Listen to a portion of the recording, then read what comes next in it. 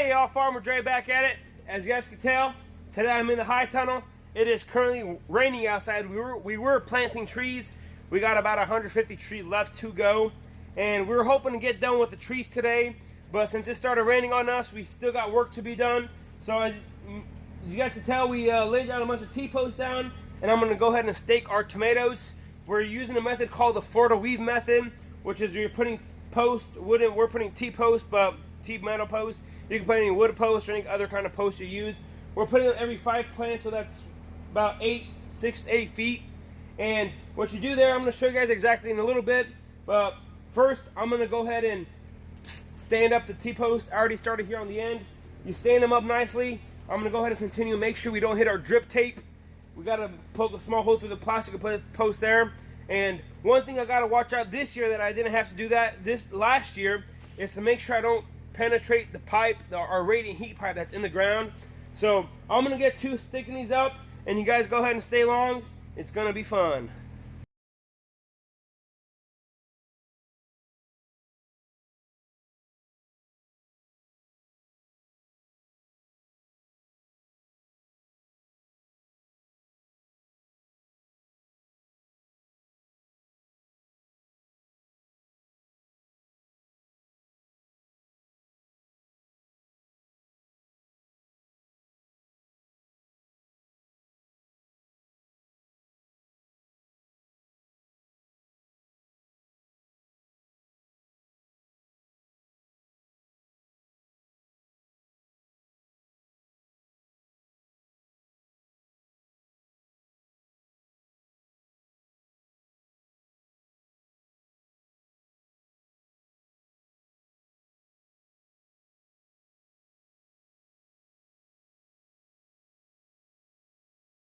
Alrighty, on the poster up now, and to make sure I'm not penetrating our radiant heat pipe, I'm going to go ahead and just beat them in with our post driver.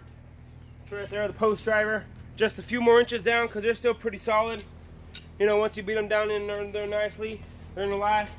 And with these tomatoes, the posts don't really need to be just on the ends, but the ones in the middle don't need to be too tight because, I mean, they don't need to be beaten too much because it's holding them from both sides, and you're not going to tighten the tomato strings or the string we use super tight because you're trying to let room for the tomatoes to keep growing. So you're just there. The posts are there just to keep the plants up from falling over inside the middle of the rows and to keep the fruit off the ground. So that's the main reason. So I'm going to go ahead and get the post driver and beat the post in a little more, and then we're going to go ahead and start staking.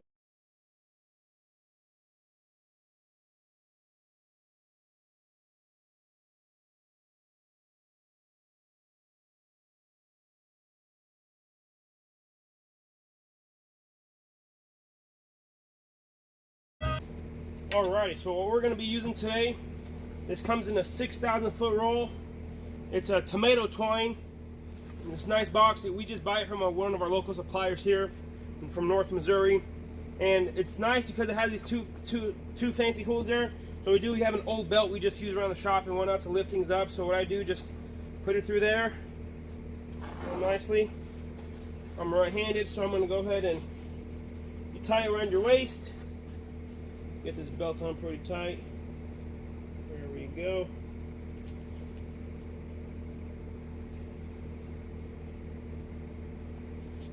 So, and this tomato twine isn't too strong. It's just a real thin piece of nylon string. So if you pull on it, it's not going to rip, but if you really pull on it, it's going to break. So what I was doing the early part of last year is I was tying to the post by hand, and then I'm 6'4", so you know, it's kind of hard for me to bend over so many times. So I just got a piece of PVC pipe here and shove the string through it. Get it all the way through the end there. There it is. And what's nice about this, having this strapped onto your side here, is you don't have to worry about where the string is going because it's all right here. So what I start off doing is I tie a knot here down at the bottom of the post. Maybe tie it 2 or 3 times around.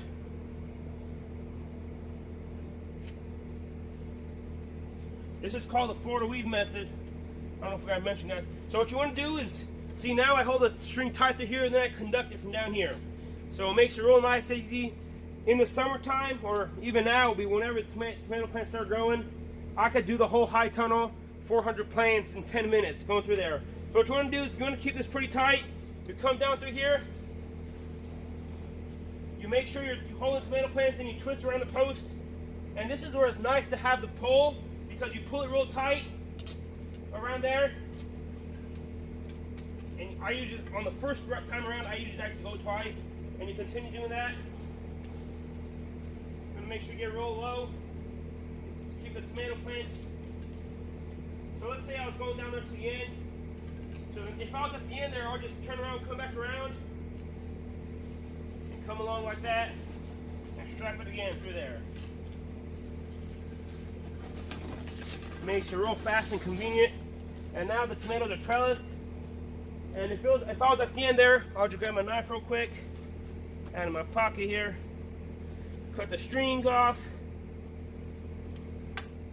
pull it real. You don't want it to be super, super tight, but you want it at least to hold.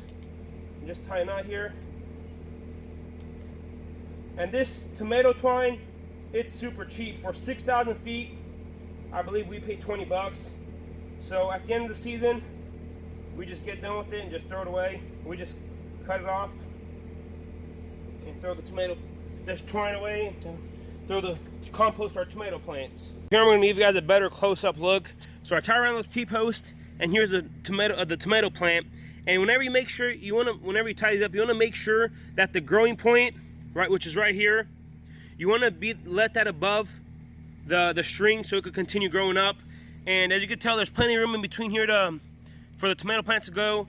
And the tomato plants are starting to give out the suckers there. These are a determined tomato plant, so I'm not going to prune the suckers off because we're going to grow them just like a bush. So just make sure your tomato plants have plenty of room to move back around. And if the wind is going to blow really hard, it's not going to let it, bend over because it's got the rope to hold it up.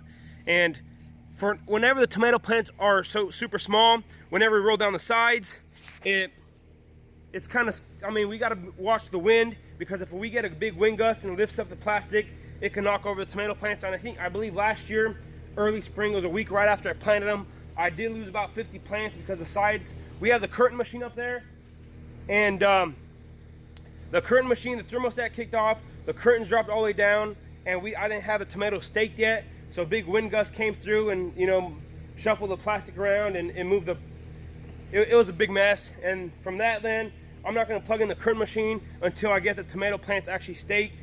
So coming on this early next week now, I'm going to go ahead and connect the curtain machine, turn on the thermostat, plug that in, make sure it works perfectly fine, and it works for us. So make sure, if you guys use a high tunnel or greenhouse, make sure you wash the sides, the drop down sides, before your tomato plants whenever they're super young, because you don't want to lose any of them, because you put a lot of time and work into them. So that's pretty much it for today. I'm going to continue and finish off staking all these tomato plants. I got 7 rows here, 385 plants. So I'm going to do the same thing. And whenever the tomato plant is going to keep growing up, so let's say the tomato plants are going to be this tall, I'm going to run another rope through there, another string, and stake them one more time. And I'm going to continue to do that until the tomato plants, or until the fall time, until we start harvesting and they go ahead and die off. So that's pretty much it for today. I hope you guys learned a little something, and that's exactly how we stake our tomatoes here in our high tunnels. And there's different tomato varieties, like the indeterminate, where you string them up from up top. I tried some of those last year, and it's just, we don't have the time, because right now we're planting trees. We got 150 trees to plant left, and then in the next few weeks here, we're gonna plant 1,000 blackberries. That's right over an acre of blackberries, and we're gonna do that on the RCA flip trellis system. So you guys stay tuned for that. That's a cool system of growing blackberries. So I don't have much time to spend in the high tunnel during the early spring and early summer, or late spring, early summer. And this works the best for us. I know other farmers say you're not getting the most yield out of them, but it's just tomatoes aren't our main crop. So that's pretty much it for today. Before I let you guys go, we did get a new piece of equipment. I'm gonna show you guys that real quick. It's a cool piece. It's not brand new, but it is a name brand. It's Rainflow is the brand who made it, and it's called the Water Wheel Transplanter. And here it is right there. It's mainly used for vegetable crops, but since we are doing the blackberries, that's 1,000 blackberry plants, we're gonna be using this to plant the blackberries. And in this coming fall of 2019, we're gonna do about 17,000 strawberry plants. So what you do is you sit down in the seats. A tractor will be connected to the 3-pointer. Let me show you that real quick. So the tractor will be connected to the 3-pointer. You got your starter fertilizer in here, and what you do is you sit down in here like this. You have your plants in here, and you're sitting down, you put your feet up, you're behind the tractor. So this water wheel, what it does, it pokes holes in the ground, and the fertilizer comes into those pipes, you connect it to the tank, and it puts the starter fertilizer through there, and whenever it comes through, it drops those holes there, and it makes a hole in the ground. So what we do is we sit here with our plants, and we just poke a pool. We're gonna be over on top of the rows. So we sit down, there's 2 of us. So this is a new piece of equipment we're gonna be using here, coming on early in the spring and then all through the summer. And since we have this piece of equipment, we're gonna use it for all our vegetable crops. We do a lot of squashes, cucumbers, and this, you could plant about 1,000 plants, little plugs, in, I say, a few hours. So it saves you a lot of backache, a lot of time in the field. So you guys stay tuned for that. We're gonna be using this piece of equipment for, you know, we're gonna put it to work for. Alrighty, so that's pretty much it for today. If you guys like this video, I hope you guys learned something. That's how we stake our tomatoes in the high tunnel, and it's the fastest way how we do it, and it's the most efficient way, you know, how we get the tomatoes, and we could do a lot more other stuff. So the peaches and the apples are just now starting to break bud. We are in zone 6B. We're here in southwest Missouri, so they're just now starting to come out of dormancy. The peaches, I was looking at them this morning when we were planting trees and the sun was out, and I was just walking around the orchard, and the buds, they're just now starting to burst open. So I'm gonna have to connect the sprayer and do the dormancy sprays on them, get the copper on there, keep that bacteria off it. So stay tuned for that. But that's pretty much it for today. If you guys go ahead, hit the like button, subscribe to my channel, join my journey here on the farm, and that's pretty much it for today. Thanks for watching, and we'll see you next time.